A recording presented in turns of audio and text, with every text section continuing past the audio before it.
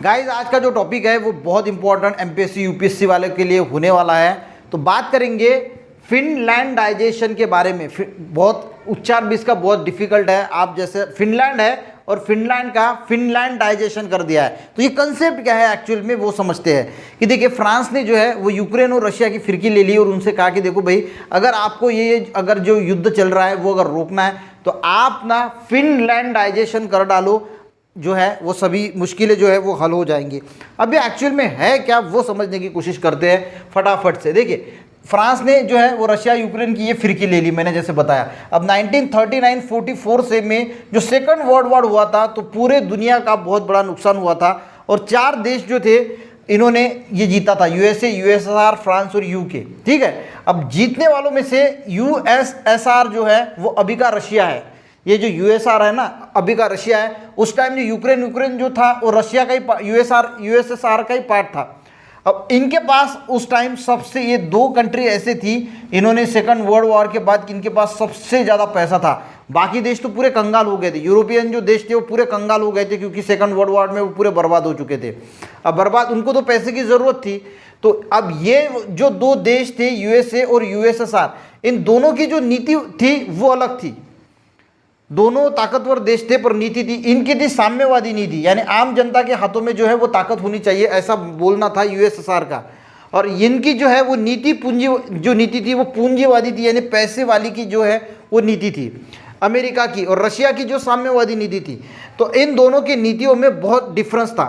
तो दोनों के बीच में कंपटीशन थी कि यार बड़ा कौन बनेगा।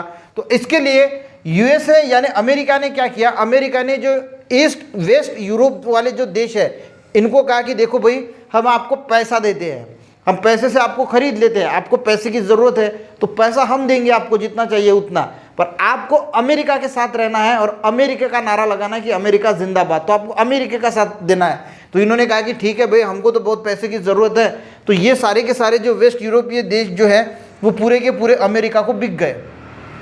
ये जो इनकी नीति थी कि पैसा देके इनको खरीदो, इसको बोला जाता है गाइस मार्शल प्लान। तो ये बात ध्यान में रखना कि मार्शल प्लान क्या है। तो सेकंड वर्ल्ड वॉर के बाद यूएसए ने जो वेस्ट यूरोप के देशों को पैसे देके जो खरीदने की शुरुआत की थी, जो प्लान बनाया था, उसे मार्शल प्लान जो है वो बोला जाता है। अब यूएसएसआर यानी रशिया जो था ये सब देख रहा था, उसने कहा कि भाई आप तो बिल्कुल पैसा देके लोगों को यानी देश को खरीद रहे हैं। इन्होंने कहा खरीद नहीं रहे हैं, खरीद लिया है। तो इन्होंने कहा ठीक है। तो इन्होंने क्या किया, यूएसआर ने जो वेस्ट यूरोप है इन देशों को कहा कि देखो भाई आप हमारे साथ जुड़ जाओ, हम आपको पैसा देंगे, जितना चाहिए उतना पैसा हम देंगे और हम आपको खरीदेंगे। तो वेस्ट यूरोप के देश जो है वो यूएसआर की तरफ बढ़ने लगे और वेस्ट यूरोप जो है वो यूएसए ने खरीदा और ईस्ट यूरोप जो है वो रशिया ने जो है वो जो देश थे वो इन्होंने परचेस करना शुरू कर दिया। इनको पैसा देके जो है वो बोला कि आप हमारे साथ जो है वो जुड़ जाओ, हम आपको ले लेते हैं। तो इसको बोला गया मोलोटोव प्लान। देखिए जो अमेरिका था, अमेरिका ने जो वेस्ट यूरोप देशों को परचेस करना शुरू किया उसको क्या बोला जाता है, उसको बोला जाता है मार्शल प्लान। पर जो रशिया है, इस रशिया ने जो ईस्ट यूरोप के देशों को परचेस करना स्टार्ट किया था उसको बोला जाता है मोलोटोव प्लान। तो ये 2 प्लान आपको ध्यान में रखना है कि ये कभी कभी एग्जाम में पूछे जा सकते हैं कि मोलोटोव प्लान क्या है और यहाँ पे जो मार्शल प्लान है वो क्या है।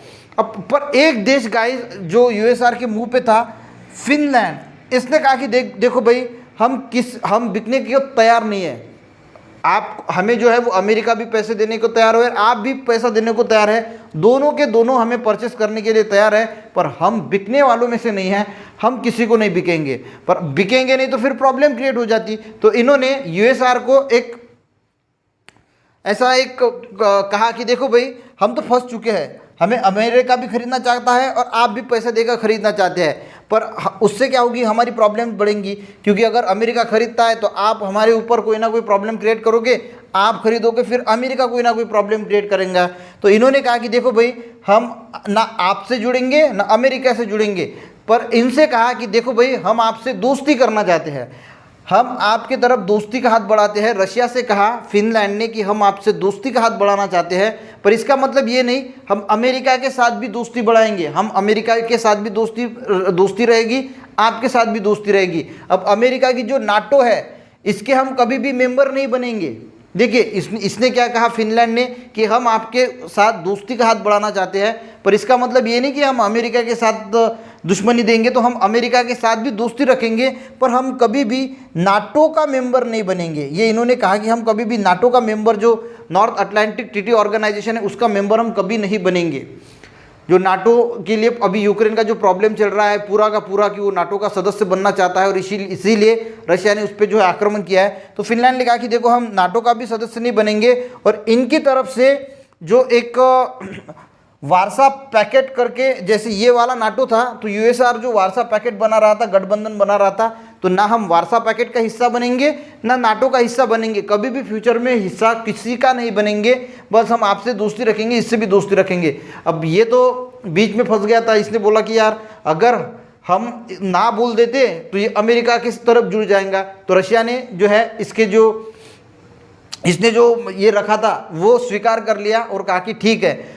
इसका अब इफेक्ट क्या हुआ गाइस, और ये जो इसने अमेरिका के साथ, फिनलैंड ने जो यूएसआर के साथ, रशिया के साथ दोस्ती कर ली, उसे बोला जाता है फिनो सोवियत ट्रीटी। ये भी ध्यान में रखना कि जो दोस्ती की थी यूएसआर यानी रशिया के साथ फिनलैंड ने, उसे बोला जाता है फिनो सोवियत ट्रीटी। अब इन्होंने तो दोस्ती कर ली और इसका परिणाम ये हुआ कि रशिया ने यूएसएसआर को ही, रशिया अभी का रशिया कहा जाता है, उस टाइम उसको यूएसएसआर कहा जाता था, तो उसने कभी भी फिनलैंड के ऊपर हमला भी नहीं किया और आज तक कभी भी धमकी भी नहीं दी। ये दोस्ती से रहते हैं और इन्होंने पहले कहा कि हम अमेरिका के साथ भी नहीं जुड़ेंगे, नाटो का सदस्य नहीं बनेंगे और आपका वार्सा जो पैकेट है उसका भी सदस्य नहीं बनेंगे। तो इसका फ़ायदा यही हुआ कि आज तक हमला नहीं हुआ। तो इसी को फ्रांस ने कहा कि भाई, इसको ही उन्होंने कहा कि फिनलैंडाइजेशन, यानी आप भी फिनलैंडाइजेशन कर दो, और यूक्रेन से कहा कि आप बोल दो भाई कि हम नाटो का भी सदस्य नहीं, हम आपसे भी नहीं जुड़ना चाहते, आपसे भी नहीं जुड़ना चाहते, हम आपसे दोस्ती रखेंगे, हम कभी नाटो का भी मेंबर नहीं बनेंगे और ना कभी वार्सा पैकेट का सदस्य बनेंगे, हमें अकेले जी लेने दो। ऐसा यूक्रेन अगर बोल देता है तो ये युद्ध जो है वो रुक जाएगा। तो इसीलिए फ्रांस ने रशिया और यूक्रेन से कहा कि आप भाई फिनलैंडाइजेशन का स्वीकार कर लो, तो इसे बोला जाता है फिनलैंडाइजेशन। आई थिंक आपको ये कंसेप्ट समझ में आ गया होगा कि हम किसी का भी हिस्सा नहीं बनेंगे भाई, ना रशिया के साथ जुड़ेंगे, ना अमेरिका के साथ जुड़ेंगे, ना नाटो का मेंबर बनेंगे, ना वार्सा पैकेट का मेंबर बनेंगे, हम स्वतंत्र जिएंगे फ्रीडम के साथ, हम किसी का मेंबर नहीं बनेंगे, हमें जीने दो। तो उसे कहा गया गाइस फिनलैंडाइजेशन। आई थिंक आपको ये थोड़ा बहुत समझ में आया होगा। एमपीएससी यूपीएससी के हिसाब से ये मोलोटोव प्लान क्या है, ये फिनो सोवियत ट्रीटी क्या है, ये मार्शल प्लान क्या है, ये वार्सा पैकेट क्या है, ये नाटो क्या है, ये आपको समझ में आया होगा। आशा करता हूँ कुछ ना कुछ नया ज़रूर सीखने को मिला होगा। मिलते हैं ऐसे किसी नेक्स्ट वीडियो में, तब तक के लिए जय हिंद।